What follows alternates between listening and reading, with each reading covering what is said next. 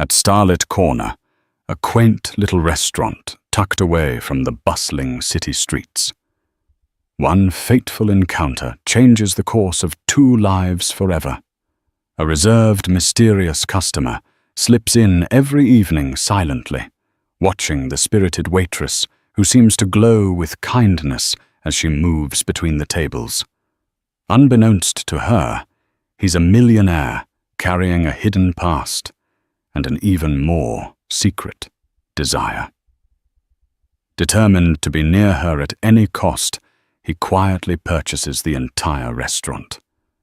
What follows is a whirlwind journey of love and ambition, filled with jealousy, heartbreak, and shocking revelations, where each twist pushes them closer to or further from the love they desperately crave.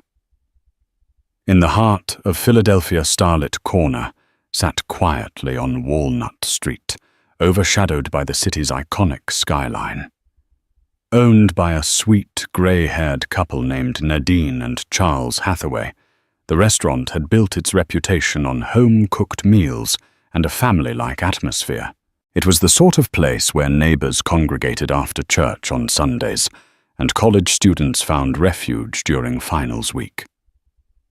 For Claire Thompson, a dedicated 24-year-old waitress with dreams of attending art school Starlit Corner, was more than just a job. It was her sanctuary. She had moved to Philadelphia straight out of community college, determined to forge her path. Her savings account was modest, her bills were many, but her hope burned bright. Art was her passion, and she clung to every tip, stuffing the crumpled bills into her art fund jar at home. From the moment she donned her apron in the morning, Claire poured her heart into every customer interaction. She greeted each patron by name if she knew it, flashed a genuine smile, and listened intently to their stories. Whether it was the widowed Ms. Garcia who craved clam chowder every Monday, or the young couple who studied biology textbooks over plates of pasta, Claire treated them all like cherished friends. Then one crisp autumn evening, a new face appeared, Jonas Reynolds. Tall, broad-shouldered, and dressed in a simple white shirt and dark jeans, he slipped in just before closing time. He chose a corner table by the window and placed an unassuming order, a bowl of soup and a soda.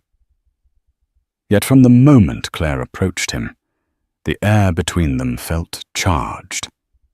His gaze lingered on her, full of a quiet curiosity that both intrigued and unsettled her.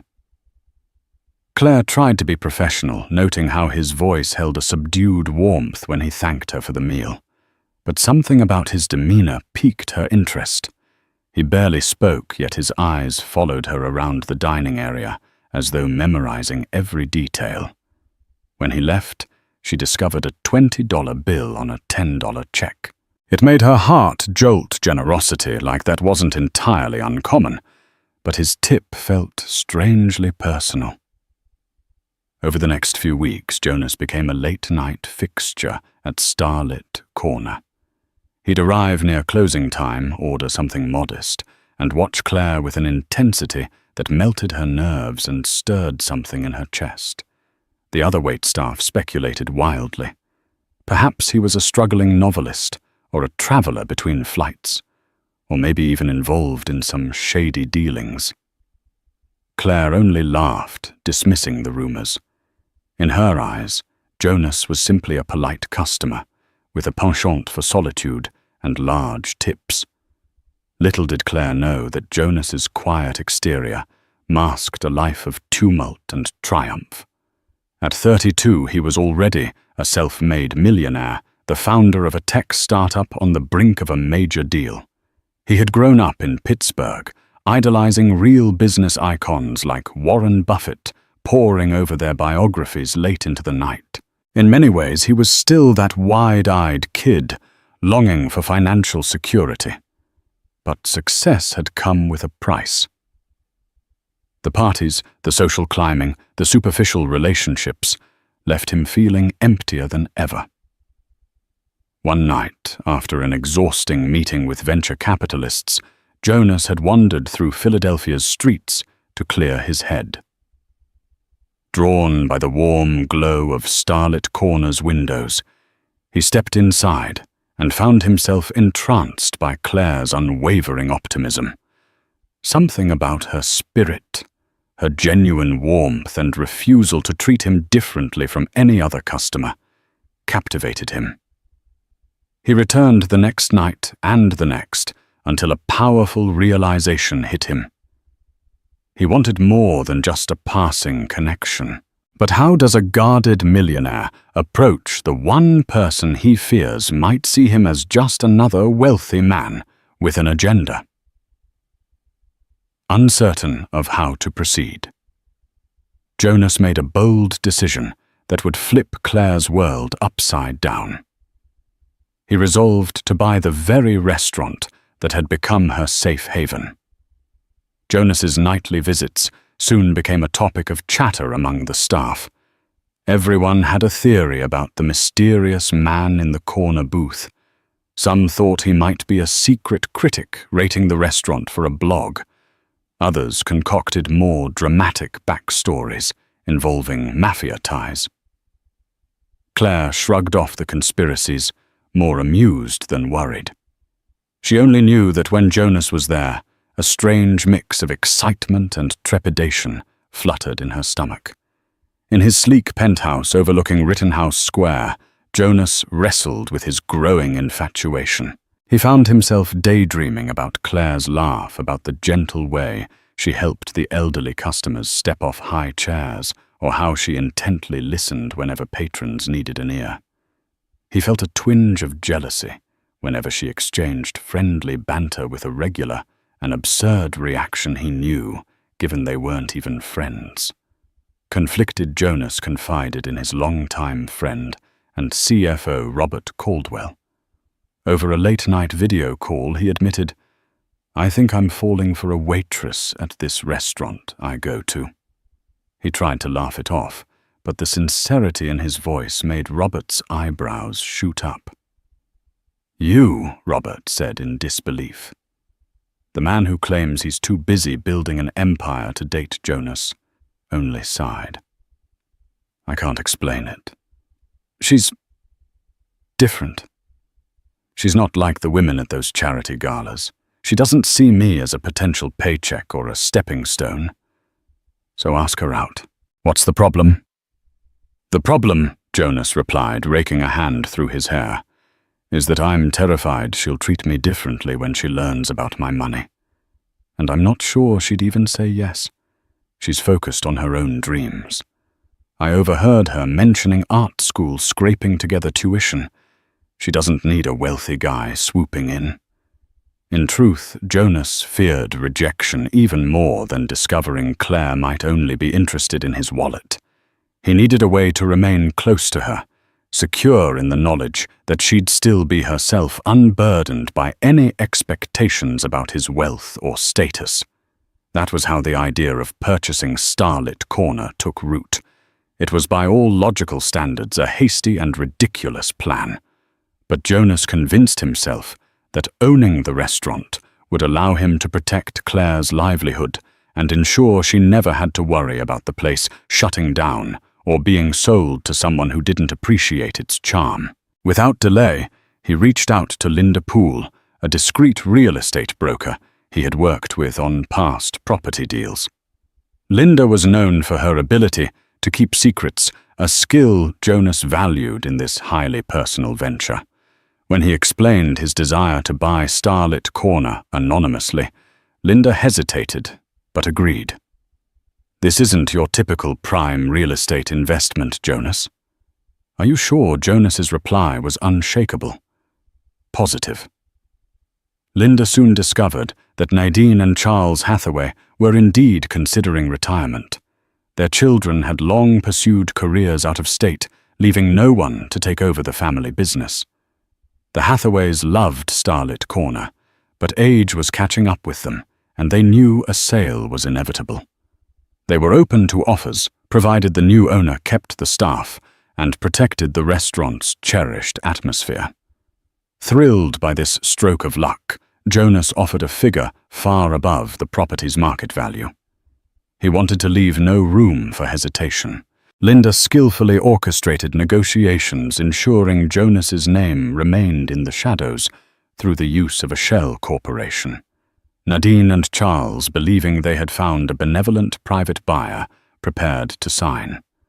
While the legal wheels turned behind closed doors, Claire remained unaware of the seismic shift about to shake her life.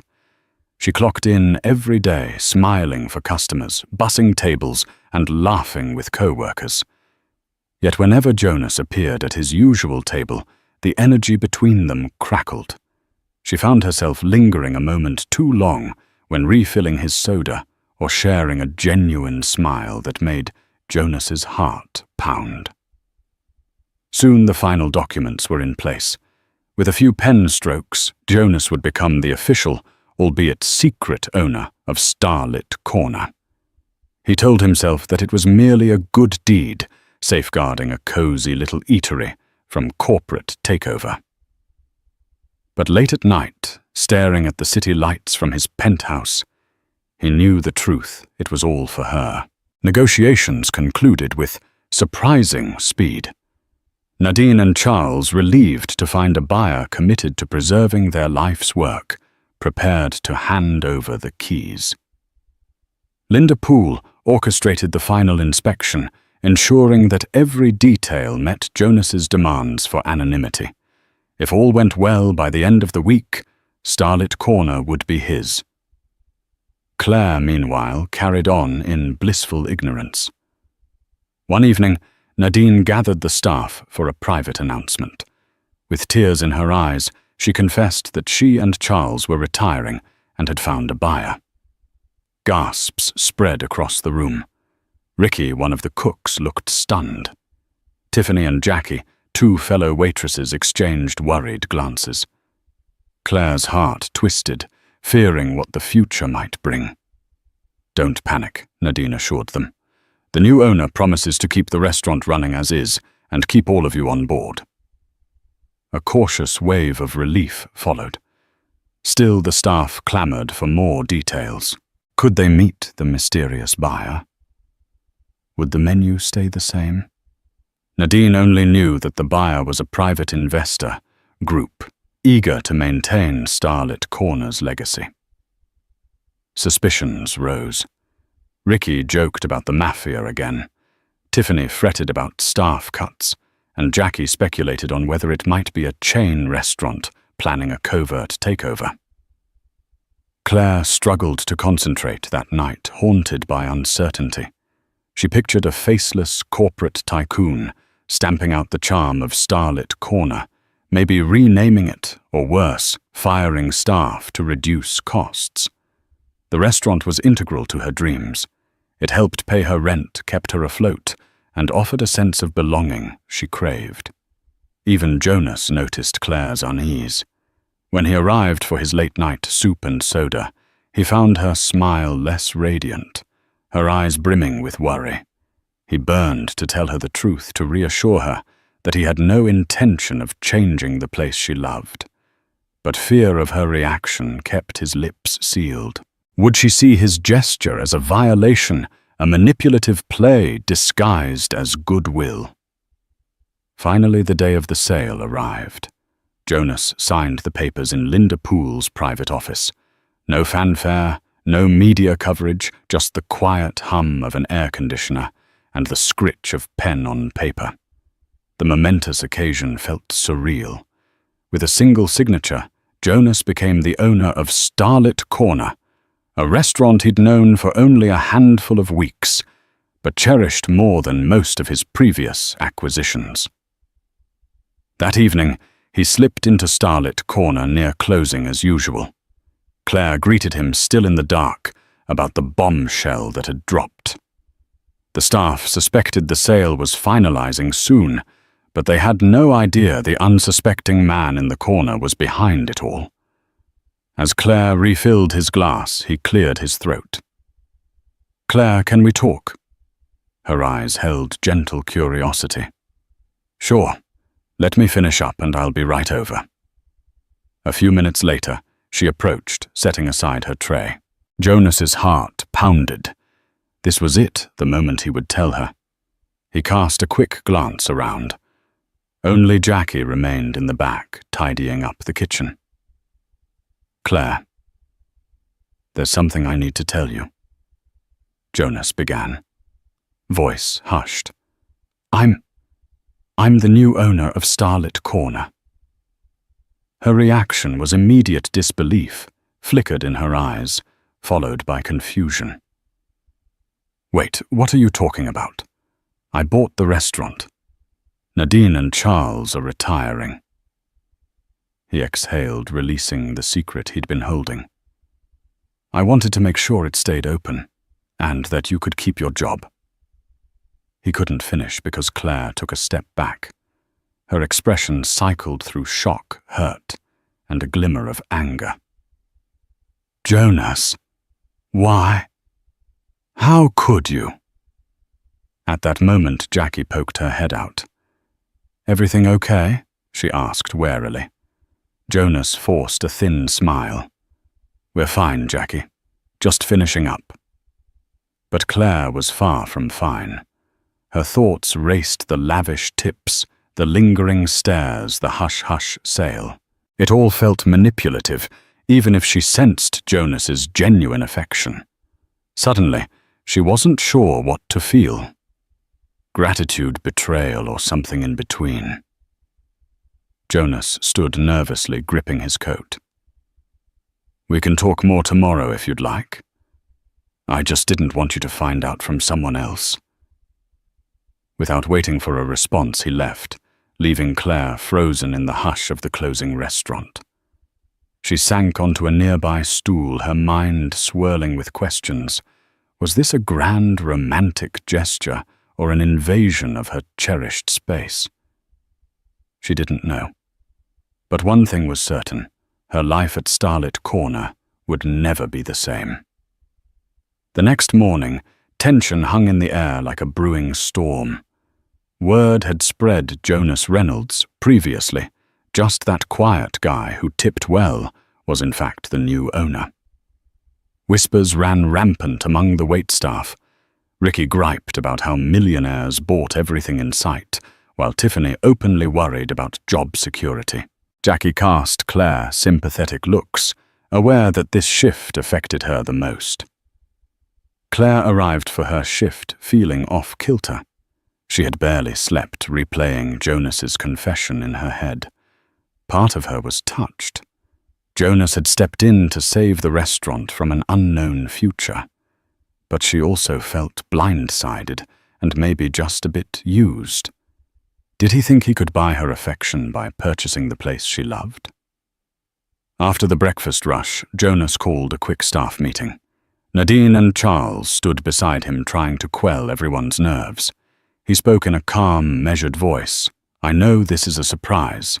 I promise I'm not here to uproot everything you've built. Nadine and Charles created something special. My goal is to maintain that, and maybe enhance it. No staff changes, no drastic menu alterations, no rebranding." Nadine and Charles smiled, relieved, while the employees applauded hesitantly. Claire lingered at the back, arms folded. She clapped politely, but kept her gaze lowered. When the meeting adjourned, the staff dispersed, and Jonas headed directly for Claire. "Can we talk in private?" he asked, voice subdued. She led him to a quiet booth in the corner, ironically the same booth he always chose. Sliding in opposite each other, they locked eyes. Claire forced herself to speak first. "Why didn't you tell me sooner?" Jonas glanced down. "I was afraid of how you'd react. I was worried you'd think it was creepy or that I was stepping on your independence." She folded her hands on the table. This place is important to me, Jonas. I want to trust you, but it feels like you took that decision away. Like you made this huge choice that affects all of us without giving me a heads up." His eyes flickered with regret. "I'm sorry. I truly didn't mean to hurt you or anyone else here. I only wanted to ensure your job was safe. I've seen so many places like this, swallowed by chains. I couldn't stand by and watch that happen, especially knowing how important it was to you." Claire let out a slow breath. "Okay, maybe I can understand that. But you have to promise transparency from now on. No more secrets. If you want to run this place, talk to us. Talk to me." Jonas nodded vigorously. "Deal. I'll be an open book." She managed a small smile, feeling some of the weight lift from her shoulders. Their conversation was interrupted by the lunch crowd trickling in. Claire stood to resume her shift, still grappling with her conflicting emotions. Jonas also rose, sliding out of the booth and quietly taking a spot where he could observe the flow of operations without intruding. As the lunch rush peaked, Jonas jumped in, where needed, assisting Ricky with a heavy food delivery, greeting a few customers with polite warmth, and even wiping down tables when they were short-staffed. Slowly, he revealed himself to be more than just a standoffish millionaire. He was hands-on, thoughtful, and genuinely interested in ensuring the restaurant ran smoothly. Yet not everyone was swayed.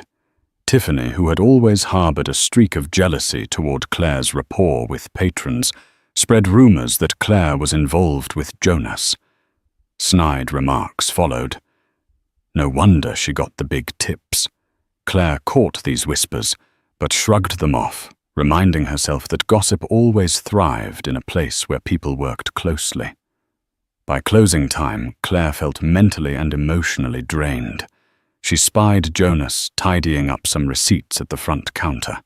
For all the friction of the day, she couldn't ignore the fact that he'd done everything possible to stabilize the situation. Gathering her courage, she approached him. "Hey," she said softly. "Thanks for being patient with everyone." He offered a weary smile. "They're good people. This place matters to them." She nodded. "It does. And as long as you remember that, remember why you bought it in the first place, I think we'll be okay." Their gazes locked, tension crackling in the silence. She could sense his desire to say more, but a knock at the glass door startled them both. A late customer, or something else entirely. Claire's stomach twisted with a sudden, inexplicable apprehension. She shot Jonas a questioning look. Judging by the flicker of concern in his eyes, he felt it too. Little did they know that the drama unfolding behind the scenes, especially in Jonas's high-stakes tech world, was about to crash headlong into the sanctuary of Starlit Corner, threatening everything they were trying to build. The next few days saw a tentative normalcy return. Jonas established a routine. He divided his time between his tech startup, where major investors buzzed over the rumored success of his cutting-edge software, and the restaurant he had just acquired. His presence at Starlit Corner, once a quiet curiosity, now carried the weight of authority. The staff still adjusted to calling him boss, though Jonas insisted they treat him like anyone else. Most employees appreciated the upgrades he initiated: new kitchen appliances for Ricky, fresh uniforms for the waitstaff, and minor renovations to spruce up chipped paint and worn-out flooring. However, the more Jonas invested in the restaurant, the more questions bubbled beneath the surface. Why pour so many resources into a small diner that would never yield the profits his high-profile tech ventures did? Claire couldn't help but wonder the same thing. Whenever Jonas came in, her heart reacted before her mind could form a coherent thought.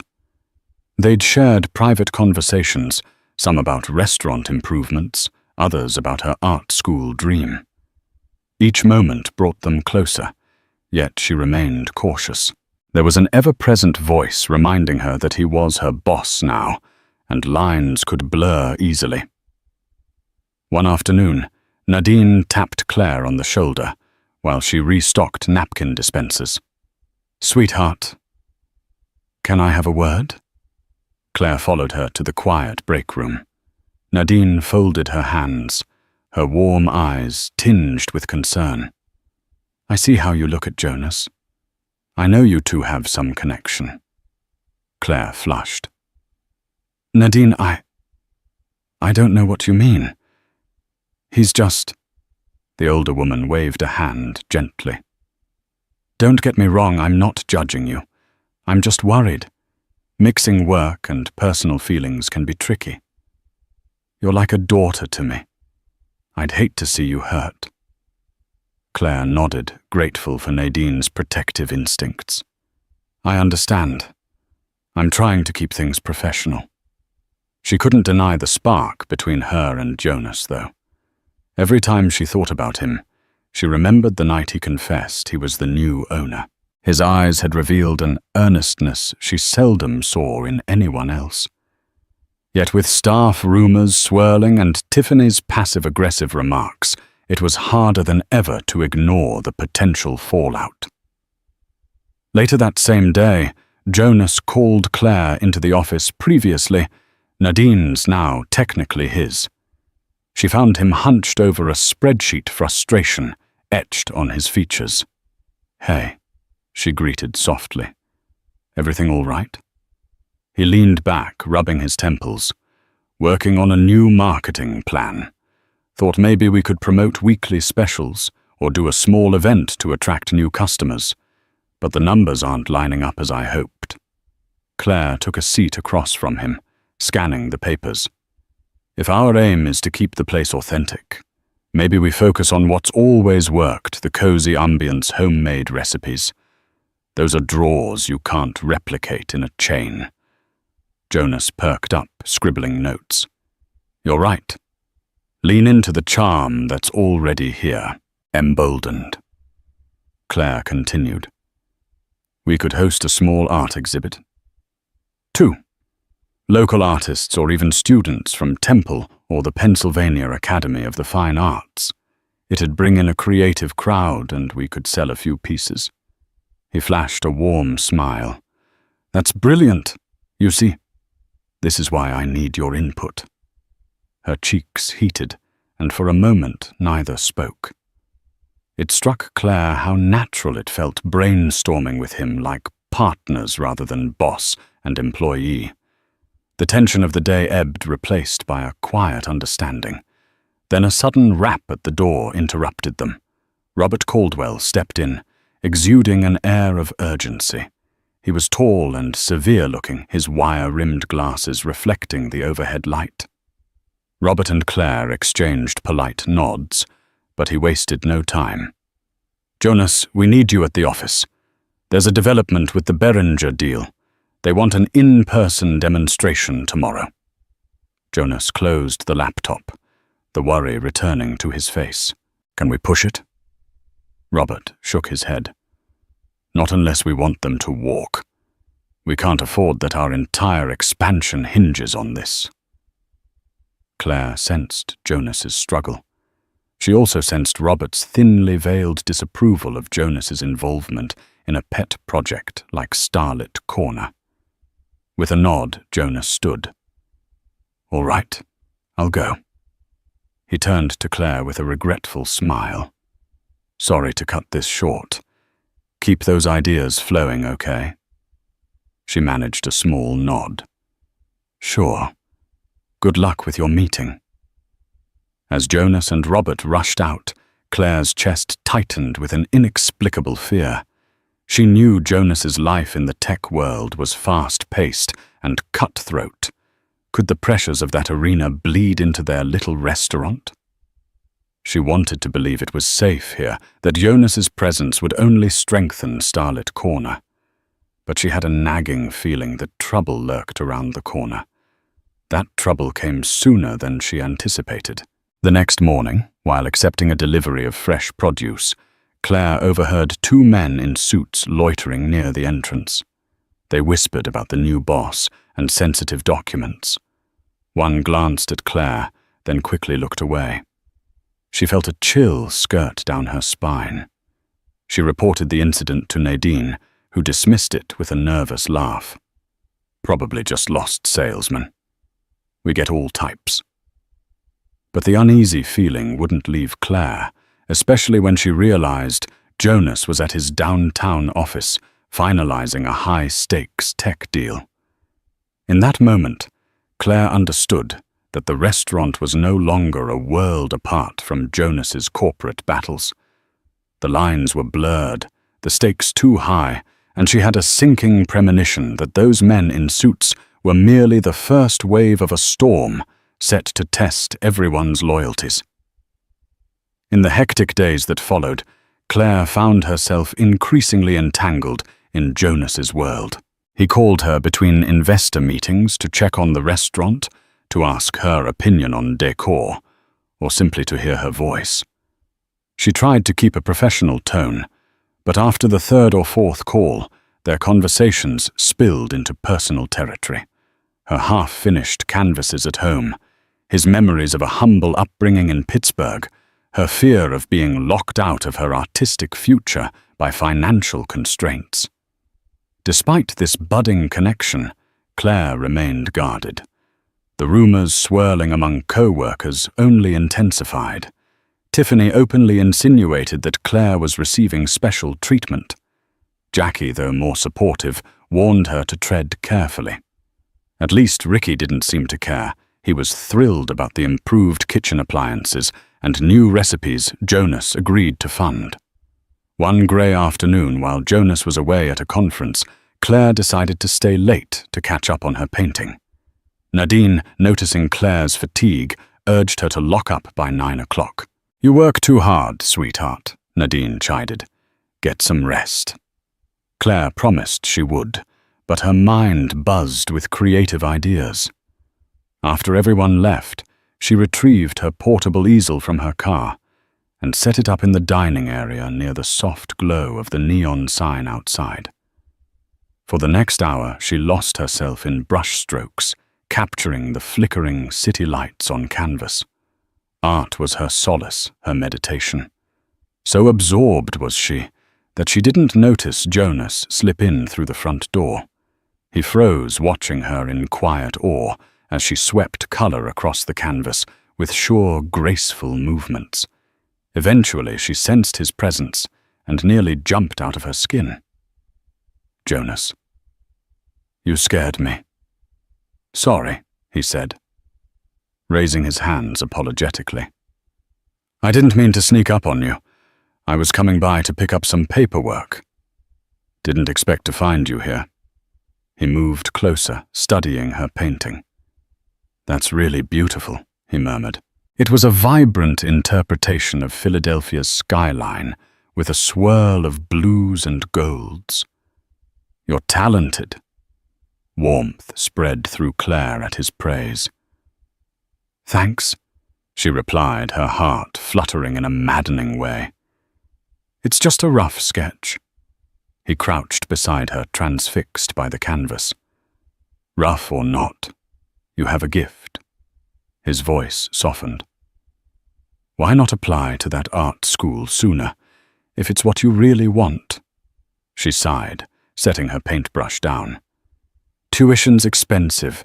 I refuse to drown in debt, so I wait tables to save as much as I can." Jonas lowered his gaze, caught in a moment of indecision. She could almost see him fighting the urge to offer financial help. Instead, he said, "I admire you for doing it on your own terms." They locked eyes, a gentle hush binding them together. Then, without warning, the door behind them burst open, Tiffany returning because she'd forgotten her phone. She stopped, cold eyes darting between Claire and Jonas on the floor, the easel that charged silence. A smirk curled on her lips, and she arched an eyebrow. "Am I interrupting something?" Heat flooded Claire's cheeks. Jonas stood clearing his throat. "We were just talking. Claire's finishing up her painting." Tiffany shrugged. "Right. Well, don't let me stop you two." She retrieved her phone from behind the counter, casting a pointed glance over her shoulder as she left. The unspoken implication hung in the air.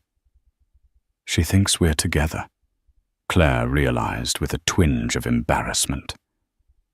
Claire began to pack up her art supplies. The moment shattered. Jonas sensed her tension and gently laid a hand on her shoulder.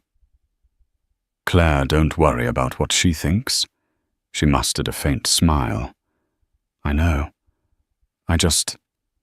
She's already spreading rumors. She can talk all she wants, Jonas said, voice soft but firm. I care about what you think. Are you okay with us, this closeness, if it bothers you? No, she blurted, surprising even herself. It doesn't bother me. I just don't want it complicating my job or your ownership of this place. He nodded, understanding etched on his face. I get it. We can be discreet. She exhaled, fighting the swirl of emotions. Maybe that's best for now. They shared a final look that was equal parts longing and restraint. Claire lugged her easel out to her car, and Jonas locked up behind them. Despite the awkward interruption, she couldn't ignore the warmth emanating from his every word. How he really seemed to see her not just as an employee or a pretty face, but as a person with dreams and fears. But the complexities of their situation loomed larger every day. Claire was no stranger to heartbreak. She'd heard cautionary tales of boss-employee romances. Still, as she drove home that night, replaying the moment when he admired her painting, Claire allowed herself a small flicker of hope. If only hope were enough to stave off the threats lurking beyond the restaurant's cozy walls. Threats tied to Jonas's cutthroat tech empire, where rivals and deal-breakers abounded. Little did Claire know that danger was about to creep into Starlit Corner in a way that would test them both more than ever before. Friday arrived with a burst of autumn sunshine, and Claire ended her shift on a strangely optimistic note. Jonas had asked if she'd join him for coffee at a nearby café after she clocked out an innocent request, but one that set her heart racing. They agreed to meet away from Starlit Corner to avoid fueling rumors. Nervous butterflies fluttered in her stomach all day. The late lunch crowd waned around 3 p.m., leaving only a few stragglers. Claire was wiping tables when Jackie called out, "Claire, could you cover me for a second? I need to check the back storage." "Sure," she replied, moving to the hostess stand. As she arranged menus, the front door swung open.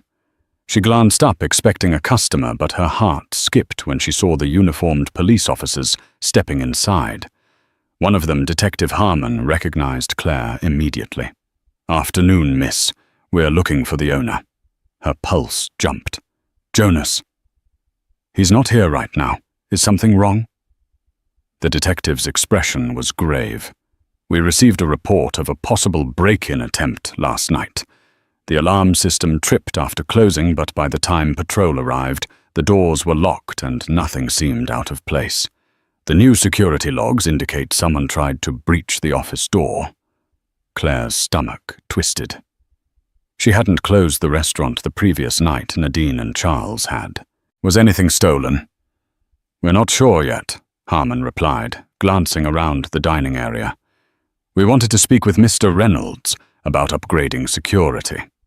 Given some external factors surrounding his other business ventures, we suspect this might not be random." She felt a cold chill. Jonas had mentioned receiving vague threats at his tech company, but she'd brushed it off as normal corporate rivalry. Could it be that those threats were escalating? Jonas should be back soon. Claire managed her voice, quivering. "I'll let him know you came." Detective Harmon nodded, handing her a business card. "Tell him to call me. And in the meantime, if you or any of the staff notice anything unusual, strange phone calls, suspicious activity, dial 911 immediately." After they left, Jackie approached with wide eyes.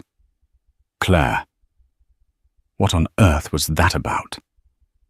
She swallowed, forcing a reassuring smile. Just the police being cautious. The rest of the afternoon dragged on in a haze. Claire's excitement about meeting Jonas later was tainted by this unsettling news. She tried to focus on her tasks, but a gnawing unease lingered.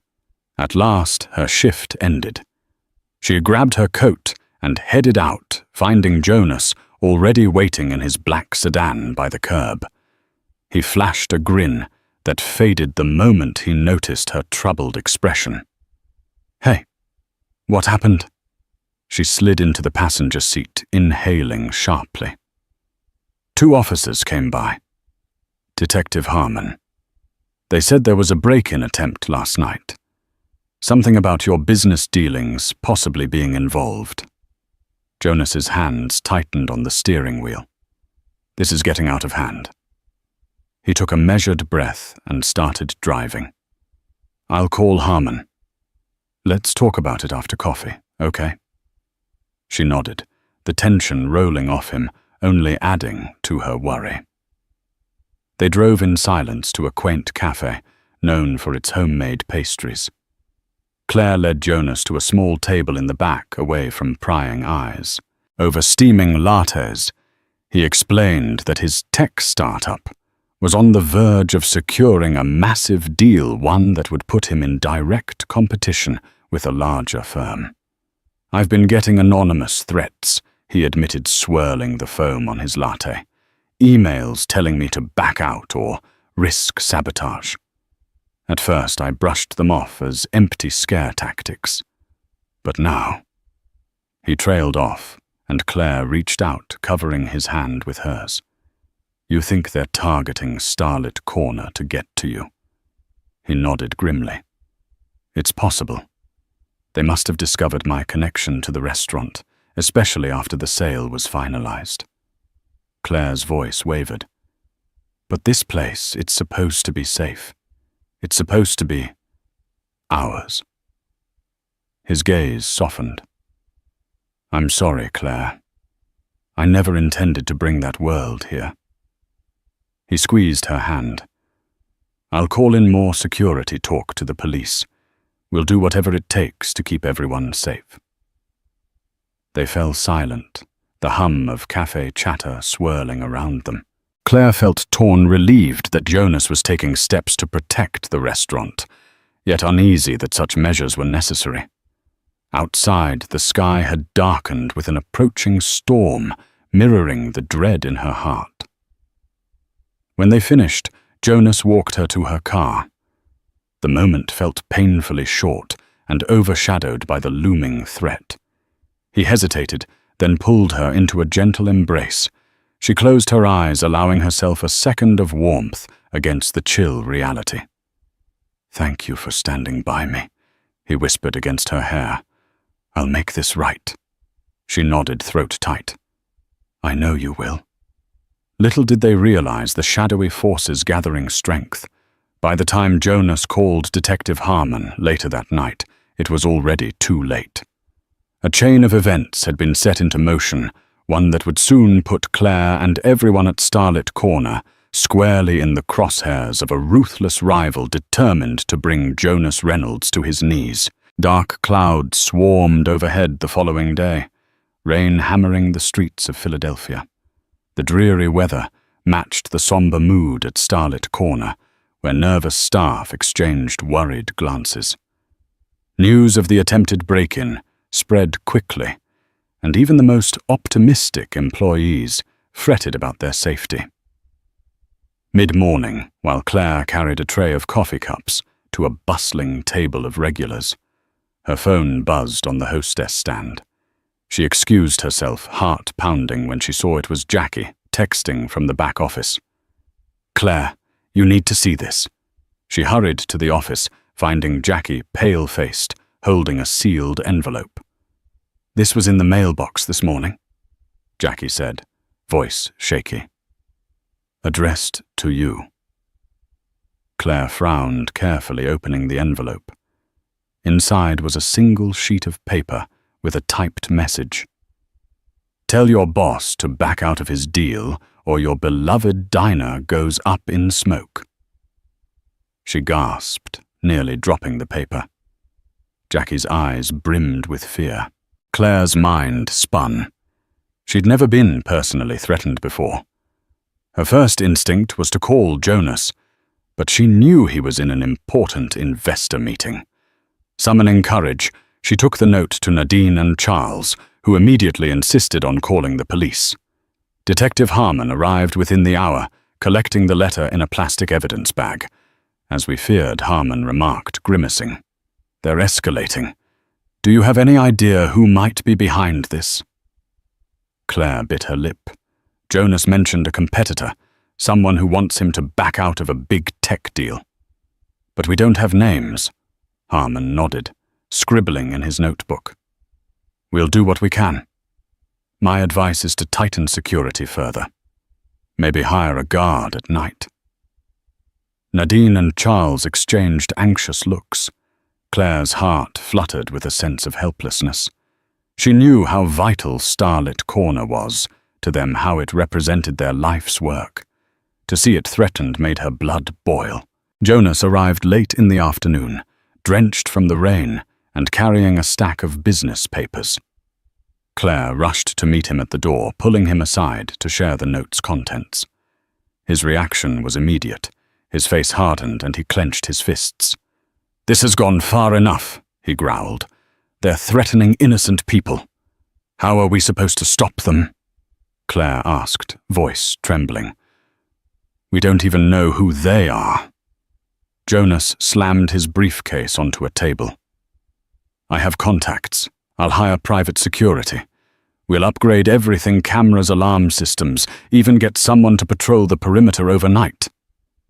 He looked at her eyes, brimming with anger and concern. "I won't let them hurt you or anyone else here." Claire's chest constricted. The vow in his voice was genuine protective. Despite her fear, she felt a rush of warmth at his resolve. Maybe, just maybe, they could weather this storm together. But Jonas's battle extended beyond the restaurant. That evening, he huddled with Robert Caldwell in the office, discussing the precarious state of his tech negotiations. Claire overheard snippets of their conversation. Harrison's firm, sabotage, blackmail, names she didn't recognize. Yet she sensed the gravity in every hushed sentence. At closing time, Jonas insisted on driving Claire home. She agreed, too rattled to argue. Rain battered the windshield as they wound through slick streets, headlights cutting through the gloom. In the quiet confines of the car, she finally dared ask Jonas, "Are we safe?" "Really?" He gripped the steering wheel, knuckles white. "I'll do everything in my power to keep you safe. But I won't lie. These people mean business. They're ruthless." She swallowed hard. "Maybe we should close the restaurant for a while, until things calm down." Jonas's jaw tensed. "I thought about that. But then we'd be letting them win. And it would hurt Nadine Charles and the staff who rely on tips and wages." Claire nodded sadly, understanding the dilemma. When he pulled up in front of her apartment building, the rain showed no sign of letting up. He put the car in park, turning to face her. "Claire," he said softly, "I know I've complicated your life. If you want space or to quit." She cut him off, her hand finding his in the darkness of the car. "Don't even think about that. Starlit Corner is like my home. And..." She paused, heat flooding her face. "You matter to me, Jonas." He exhaled, lifting her hand to his lips. "You matter to me too, more than you realize." A lingering glance passed between them. She fought the urge to lean in to close the distance that felt electric. But the fear of crossing lines still flickered in her mind. At last she whispered goodnight and dashed through the rain to her door, leaving Jonas to fight battles in both the tech world and the quiet diner they both cherished. Had she known how close danger really was, she might never have left his side that night. In the shadows, the people aiming to destroy Jonas's life were circling, and starlit Corner stood at the center of their bullseye. 2 days later, the unthinkable happened. It was a busy Sunday morning. Families packed the booths, the kitchen sizzled with orders, and coffee flowed in endless streams. Claire, balancing a tray stacked with pancakes, felt a sudden jolt under her feet. At first, she assumed it was just a clumsy patron bumping into her. But then came a second jolt. The glasses on the counter rattled. Earthquake. Ricky shouted from the kitchen, wide-eyed. Philadelphia wasn't known for seismic activity, but everyone froze, bracing for another tremor. Instead, the front windows exploded inward. A large rock, wrapped in a piece of paper, crashed onto the floor, sending shards of glass everywhere. Customers screamed, ducking for cover. Claire dropped her tray, heart pounding. Chaos erupted. Nadine rushed to comfort an elderly customer who'd toppled from her chair. Charles darted to the phone to call the police. Claire crouched behind the hostess stand, her pulse thundering in her ears. She could hear children crying, dishes smashing. Then she spotted the paper-wrapped rock on the floor, the cause of this chaos. Summoning her courage, she crept forward, ignoring the crunch of glass under her shoes. Carefully, she unwrapped the blood-stained note. Last warning. Get out now, or next time you won't be so lucky. Tears of anger and shock blurred her vision. Before she could process it fully, Jonas burst into the restaurant, having just arrived for a meeting. He scanned the devastation, shattered windows, trembling customers and employees trying to regain order. Claire, he shouted, eyes wild with worry. She looked up, clutching the threatening note in her shaking hand. He rushed over, arms enveloping her in a protective embrace. Around them, starlit Corner's cheery ambience lay in ruins, glass shards glittering on checkered floors. The police and paramedics arrived minutes later, questioning witnesses and treating minor injuries. Detective Harmon appeared, jaw set in a grim line, as he surveyed the destruction. It was a small miracle no one was seriously hurt, but the message was clear: the attackers weren't bluffing. Jonas spoke with Harmon, outside voice low but furious. Claire, meanwhile, helped Nadine and Charles calm traumatized customers and staff. The smell of freshly brewed coffee mingled with the acrid sting of fear. Tiffany hovered nearby, tears staining her cheeks. Jackie tried to comfort her, while Ricky helped paramedics check on a frail older patron. Eventually, Jonas signaled for Claire to join him in the corner of the restaurant, which was now cordoned off by police tape. Nadine and Charles hovered close, too distraught to leave. "We have to shut down temporarily," Jonas said, voice steely. "This is a crime scene, and I can't risk anyone else getting hurt." Nadine's face fell, but Charles nodded solemnly. Claire's throat tightened. Starlit Corner had never closed its doors, not even during blizzards or holiday storms. But the violence was no longer theoretical. It had smashed its way in. "How long?" Claire asked, her voice trembling. Jonas raked a hand through his hair. "At least until we replace the windows and ensure security is airtight. But more importantly, we have to root out whoever's behind this." Detective Harmon stepped over, flipping through his notes.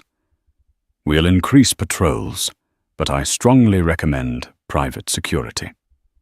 Given the nature of Mr. Reynolds's other business dealings, this might continue to escalate." Jonas exchanged a look with Claire, and she saw guilt and anguish shining in his eyes. She knew he blamed himself. He'd brought his high-stakes tech rivalries into a small, family-owned restaurant. Now innocent people were in harm's way. She laid a hand on his shoulder. "We'll get through this. Together." He placed his hand over hers, giving it a gentle squeeze. "I'll pay everyone's wages during the closure. Don't worry about that," he promised Nadine and Charles. "You've all stood by me, and I won't let you suffer for my problems." Nadine burst into relieved tears.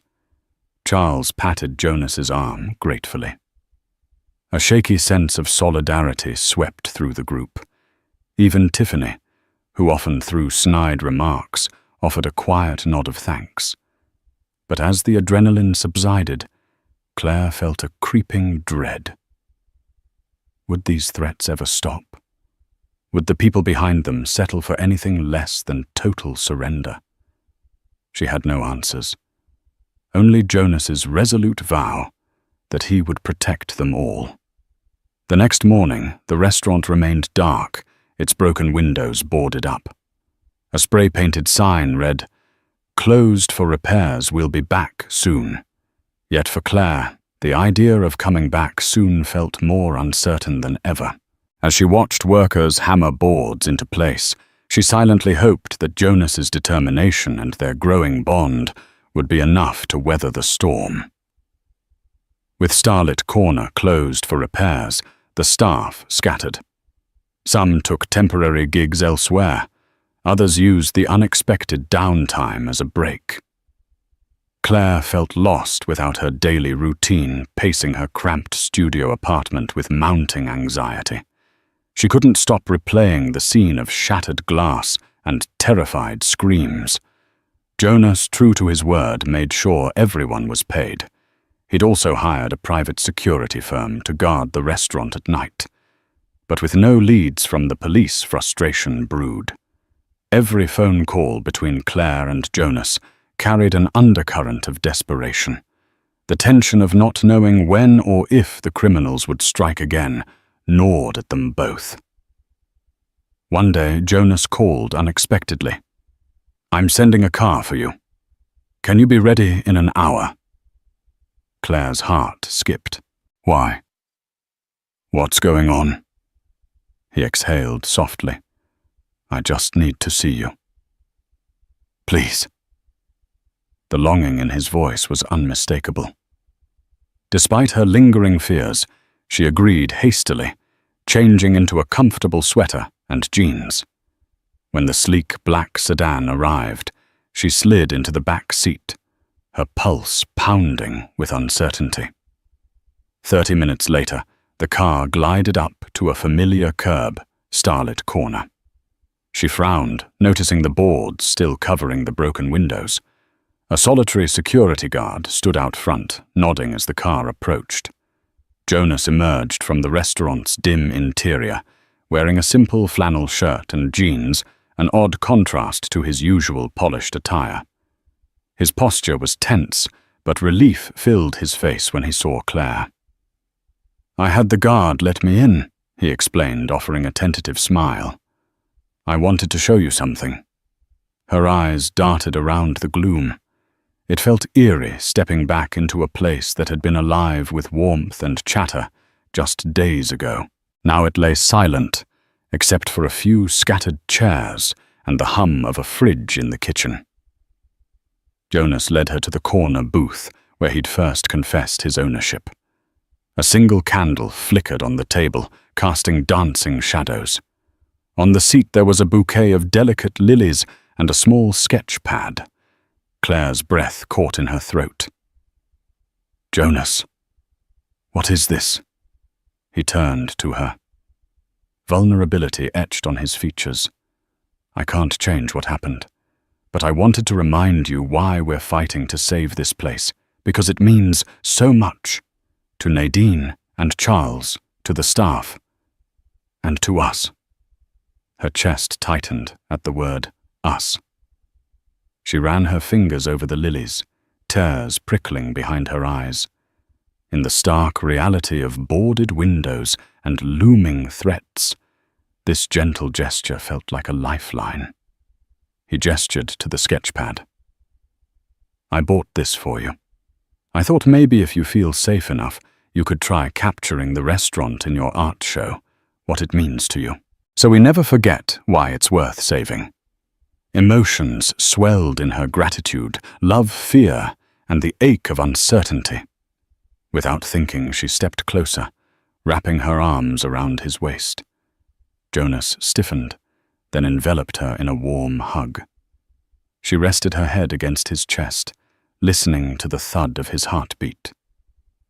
"Thank you," she whispered, clinging to him, "for not giving up on Starlit Corner. Or on me." He pressed a soft kiss to the top of her head. "I'll never give up on you, Claire." In that moment, the tension of the past weeks melted away, replaced by the undeniable current of their connection.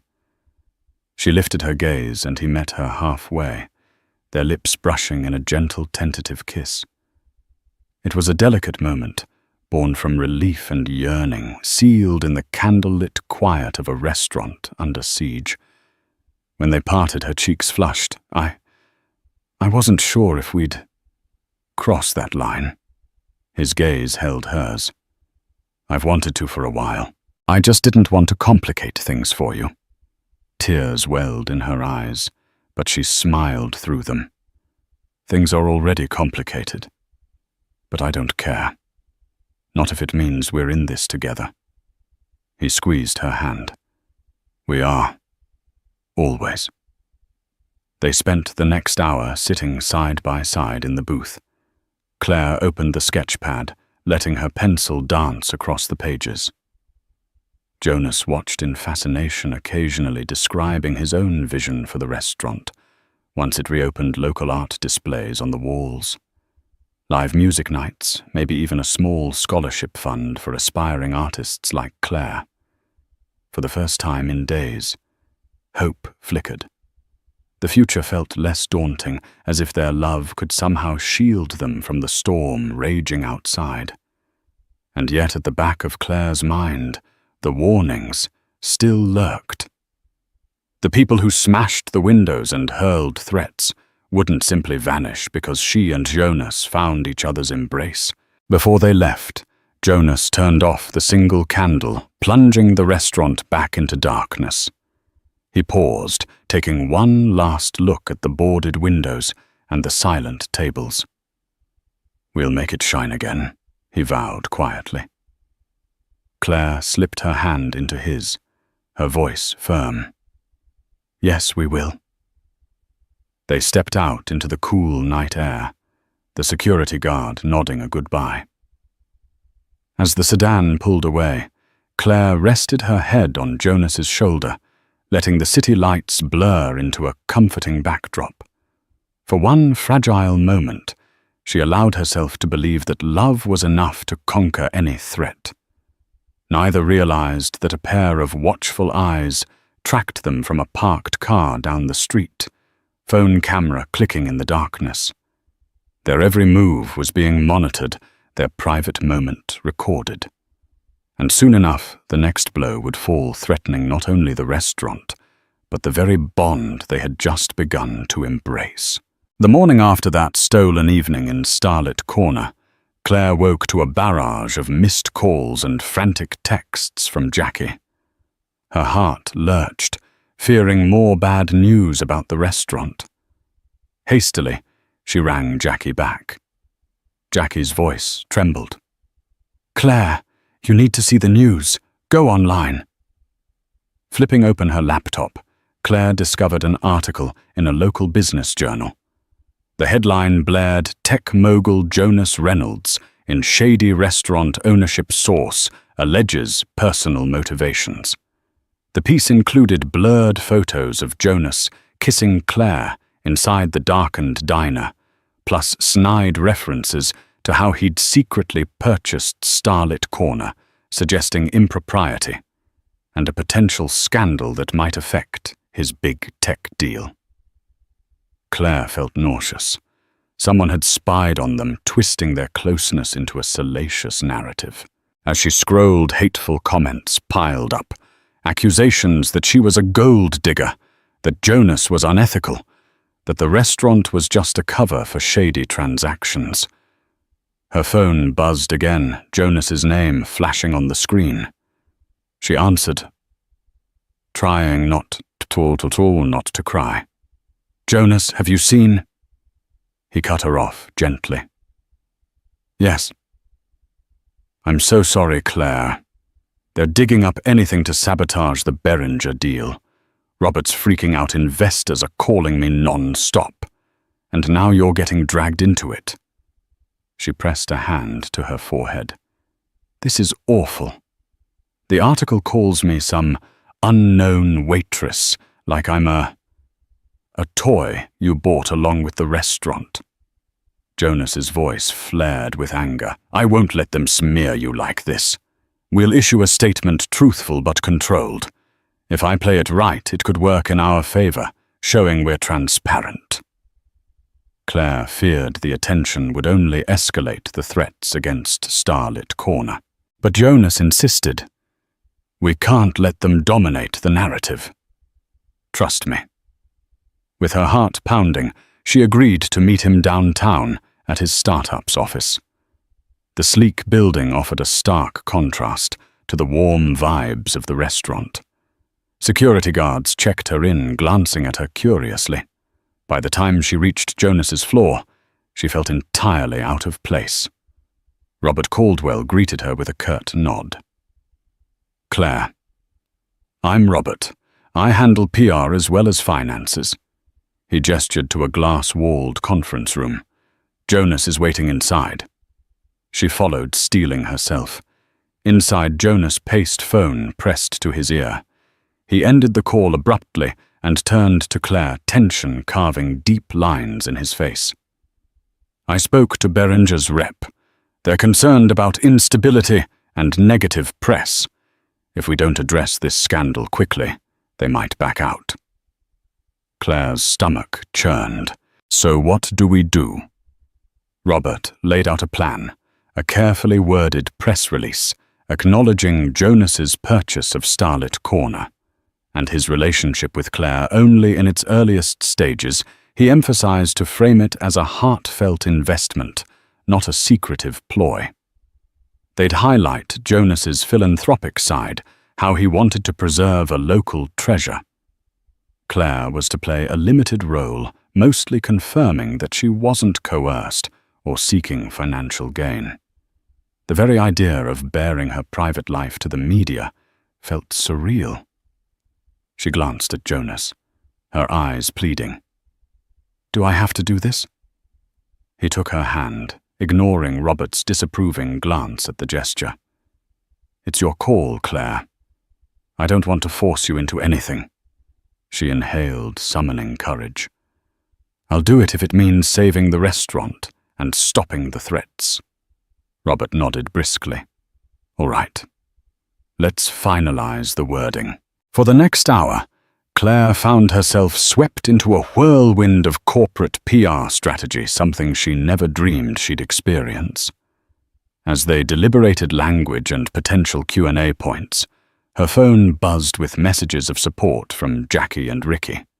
Another from Tiffany, who shockingly wrote, "Hang in there.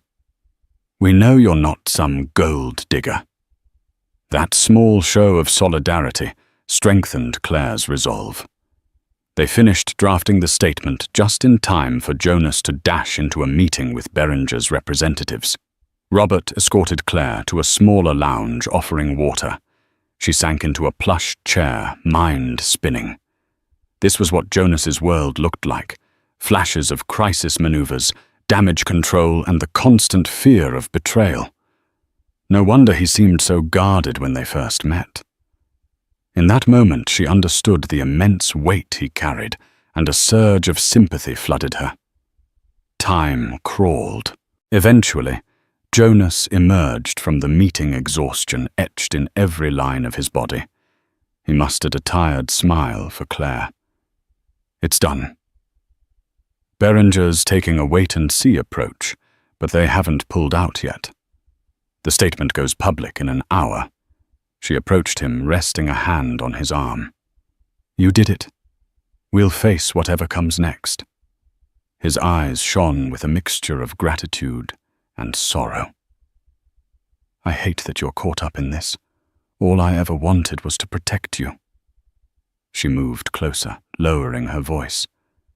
"I don't need protecting from you, Jonas. I just need honesty. We're in this together. Remember?" He nodded, pulling her into a fleeting hug. Robert cleared his throat from across the room, reminding them of the precarious environment. Claire withdrew, cheeks flushing. The lines between personal and professional had never felt so blurred. Soon the PR team deployed the statement, and Jonas's phone lit up with calls from reporters. Claire slipped out, not wanting to hear them dissect her life. She made her way outside, the crisp city air hitting her face. Only then did she notice a figure standing across the street, partially hidden behind a newspaper stand. Her blood ran cold. It was the same wiry man who'd confronted her weeks ago at the restaurant with threats to Jonas. He smirked when their eyes met, then disappeared into the crowd. Claire's heart hammered. She fumbled for her phone, texting Jonas a warning. "He's here. One of them watching the building." Moments later, Jonas burst through the lobby doors, scanning the busy sidewalk, but the man was gone, leaving only a rising sense of dread. Claire clung to Jonas's arm. "This won't end, will it?" He shook his head grimly. "Not until we stop them for good." In the swirl of corporate scandal and personal threats, one truth crystallized. Their enemies were everywhere, ready to exploit any weakness. The time had come to confront them directly, or risk losing not just Starlit Corner, but each other. As chaos threatened to consume them, Jonas and Claire rallied every resource to protect the restaurant and their future. Detective Harmon escalated the investigation, aided by evidence from Jonas's cybersecurity team. The local media latched on to the narrative of a tech mogul's heartfelt investment in a small diner, swaying public sympathy in their favor. Berenger, seeing the tide of public opinion, extended a cautious second chance if Jonas could resolve the ongoing threats quickly. Meanwhile, Starlit Corner's repairs proceeded at a frantic pace. Jonas insisted on handling the costs, personally upgrading the entire security system, installing shatterproof glass, and hiring overnight guards. Nadine and Charles watched in awe, hearts heavy with worry, yet buoyed by hope. They'd spent decades nurturing the restaurant's warm atmosphere, and the thought of losing it to violence gnawed at them. Finally, Detective Harmon got a breakthrough. A suspect linked to Jonas's rival James Harrison had been identified from surveillance near the restaurant. Warrants were issued, arrests made. Jonas, refusing to cower, held a small press conference outside the newly repaired diner. With Claire at his side, he declared, "Starlit Corner is more than a restaurant. It's a symbol of community and perseverance. We will not be intimidated. We will remain open to serve our neighbors, to employ our amazing staff, and to stand for what's right." Cheers erupted from the small crowd, loyal customers, staff curious onlookers. Cameras flashed, capturing the moment Claire gently squeezed Jonas's hand. There would still be rumors, but now there was also an outpouring of public support. For the first time since the threats began, Claire felt a surge of optimism. Days later, the diner reopened with a celebratory event. Streamers and balloons adorned the entrance. A local jazz trio played soft tunes in the corner. Regulars lined up to show solidarity. Even Tiffany put on a bright smile as she served customers, the tension between her and Claire seemingly forgotten. Jonas personally greeted patrons from old-timers to newly curious residents drawn by the media coverage. Ricky beamed in the kitchen, boasting about their newly expanded menu. Jackie ushered people to tables, explaining the restaurant's improved security measures. Nadine and Charles quietly watched, tears of joy in their eyes. As the night wound down, Claire found Jonas near the kitchen door, gazing at the crowd with obvious relief. She slipped her arm through his. "Told you we'd come back stronger." He turned to her, heart in his eyes. "I couldn't have done it alone." They wandered to a newly decorated corner booth, Jonas's old perch. Outside, the neon sign glowed, inviting customers in from the crisp Philadelphia air. Claire marveled at how far they'd come from that first day he'd quietly observed her to this triumphant moment. "Claire," he said, voice low, "I've been thinking about everything that's happened.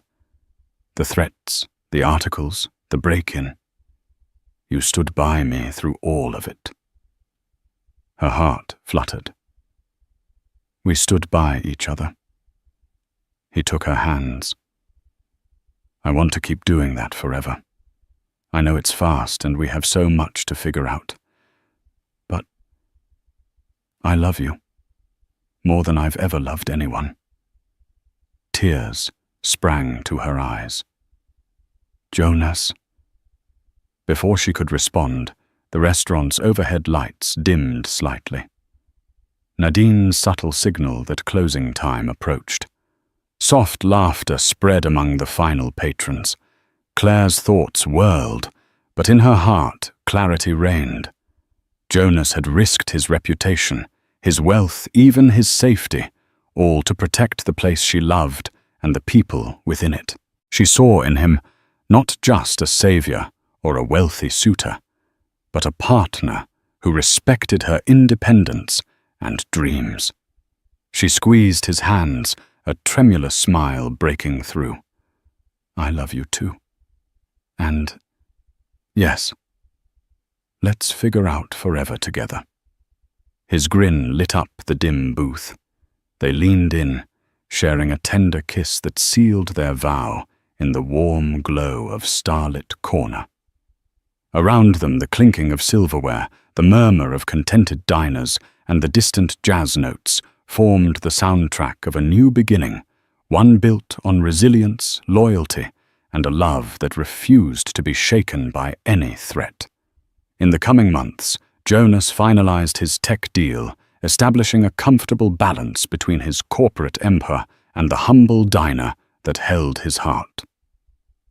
Claire continued saving for art school, though now she had Jonas's unwavering support, and Starlit Corner flourished busier than ever, as curious locals flocked to taste the famed home cooking and maybe catch a glimpse of the Millionaire and the Waitress who defied every odd. Yes, their journey had been fraught with danger and doubt, but in the end, the magic of that small restaurant and the unstoppable force of two hearts bound by authenticity proved that sometimes a single spark of connection can illuminate even the darkest corners. Thank you for joining us on this roller coaster journey through hidden motives, high-stakes drama, and an unexpected love that blossomed against all odds. Jonas and Claire's story reminds us that genuine connections can form in the unlikeliest of places, and that true courage often arises when we stand together in the face of adversity. If you found yourself cheering for their triumphs, caught up in the heartbreaks, or inspired by their resilience, please support us by liking, sharing, and subscribing to our channel. Your engagement helps us continue bringing you more captivating, dramatic, and heartfelt stories just like this one. So spread the word.